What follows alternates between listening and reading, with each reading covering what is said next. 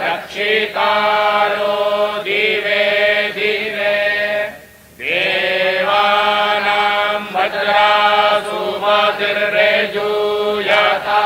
देवानाग्मुराभिरभिनो निवर्ततां देवानाग्मुसत्यमुपसेदिमाभयं प्रतिरन्तु जीवसे तानुर्भयानि विदाहु महे भयम् सप्तर्षियों से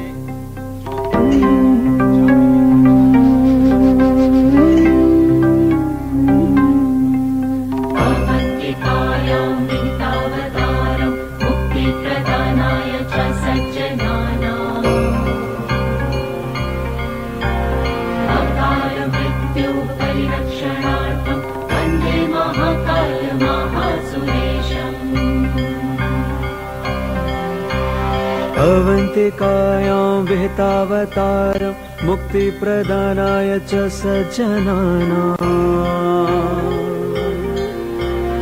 अकालमृत्योः परिरक्षणार्थं वन्दे महाकालमहासुरेशम्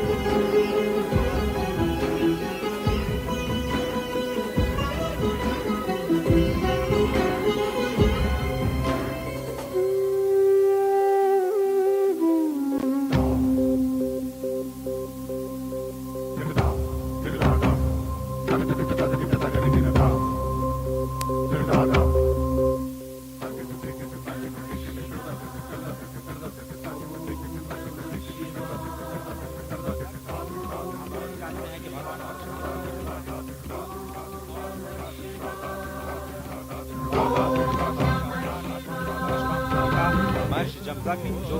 सप्तर्षियों में से एक महर्षि गौतम, महर्षि जमदग्नि, उसके बाद महर्षि विश्वामित्र, जिन्हें कहा जाता है कि वो गायत्री मंत्र के दृष्टा हैं और आनुवांशिक विज्ञान और अस्त्र शस्त्र की विद्या के ज्ञाता, और यही भारत जिसे पहले विश्व गुरु के नाम से जाना जाता था। उसके बाद महर्षि भारद्वाज जो स्वयं देवगुरु बृहस्पति के पुत्र हैं, ऋग्वेद के छठे मंडल के दृष्टा हैं और भारद्वाज स्मृति, भारद्वाज संहिता और जो विज्ञान शास्त्र है उसके रचयिता हैं। साथ ही महर्षि अत्रि जो कि ब्रह्मदेव के नेत्र से उत्पन्न है, ऋग्वेद के 5वें मंडल के दृष्टा और वनवासी श्री राम के मार्गदर्शक। और अत्रि इस वक्त आप जो तस्वीरें देख रहे हैं ये महाकाल पथ की तस्वीरें, जिसमें इस वक्त मंडपम जिसे कहा जाता है, और ये बहुत ही अत्यंत मनोहारी दृश्य त्रिपुर वध का। त्रिपुर एक महान दानव जिसे भगवान श्री शिव ने एक ही बाण में त्रिपुरासुर का वध किया और इस रथ का संचालन स्वयं श्री ब्रह्मा जी ने किया था। ये इस अत्यंत मनोहारी दृश्य के माध्यम से आपको त्रिपुर वध की जो कथा है वो आप तक पहुंच रही है। बेहद विहंगम मनोहारी दृश्य, जैसा कि आपने कहा, इससे पहले हमने देखा कि सप्तऋषियों के दर्शन किए, त्रिपुरासुर संहार का जो संकल्प भगवान शिव ने लिया था उसके उन्होंने दर्शन किए। और इस समय प्रधानमंत्री नरेंद्र मोदी सप्तर्षि मंडल में ही हैं, जहां पर, और साथ ही साथ इस पूरे अगर देखें महालोक को तो अलग अलग क्षेत्रों में 900 मीटर से ज्यादा ये लंबा विस्तीर्ण क्षेत्र है, जहां पर अलग अलग शिव पुराण से संबंधित जो कथाएं हैं उनका लोकार्पण किया गया है। त्रिपुरासुर संहार की अगर कथा की बात करें तो ब्रह्मा ने जब ताड़कासुर के तीनों पुत्रों को 3 पुर दे दिए और त्रिपुर राक्षस असुर के रूप में जाने लगे और जब उनसे समूची मानवता क्लांत हो गई, तो ये दृश्य इस समय देख रहे हैं कि प्रधानमंत्री नरेंद्र मोदी उसका अवलोकन कर रहे हैं। तो उसे मोक्ष प्रदान करने के लिए एक विशेष रथ के रूप में और विशेष अस्त्र के रूप में त्रिपुरासुर संहार करने के लिए भगवान शिव ने अवतार लिया, जिसमें उनके रथ के रूप में सारथी के रूप में स्वयं ब्रह्मा थे, सूर्य और चंद्र जिसके पहिए थे, मेरु पर्वत उनकी धनुष थी, सर्पराज वासुकी उनकी प्रत्यंचा थे, अग्नि वायु विष्णुदेव और यमदेव उनके बाण थे, और सबसे बड़ी बात इस दुष्कर और दुसाध्य कार्य के लिए भगवान शिव ने उज्जैन का ही चयन किया। इस समय प्रधानमंत्री नरेंद्र मोदी महाकाल के लोक का वो दृश्य देख रहे हैं और इस समय पहुंचे हैं नवग्रह में। नवग्रह में प्रधानमंत्री नरेंद्र मोदी इस समय देख रहे हैं। भारतीय अगर गणना परंपरा, पंचांग परंपरा की अगर बात करें तो भारत में 9 ग्रह माने गए हैं। हमारी सनातन संस्कृति में ये 9 ग्रह हैं: सूर्य, चंद्र, मंगल, बुध, गुरु, शुक्र, शनि, राहु और केतु।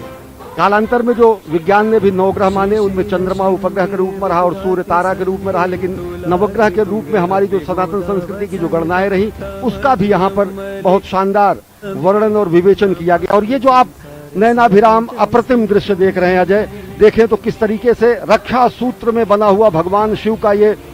शिवलिंग यहाँ पर रखा गया है। और निश्चित तौर से इसके पीछे की जो अवधारणा होगी कि एकता के सूत्र में हम समूचे देश को बांधे, धर्म धर्मांतर मत मतांतर को किनारे रखते हुए एक रक्षा सूत्र के रूप में यहाँ पर उपस्थित भगवान शिव का ये महालिंग ये बताता है कि किस तरीके से हम राष्ट्र की एकता के लिए, राष्ट्र को एकता के सूत्र में बांधने के लिए हम तत्पर हैं। क्योंकि ये पूरा का पूरा जिस शिवलिंग का लोकार्पण करते समय प्रधानमंत्री नरेंद्र मोदी ने विश्वार्पण लोकार्पण किया, वो रक्षा सूत्र से बना हुआ है। और रक्षा सूत्र से बनने का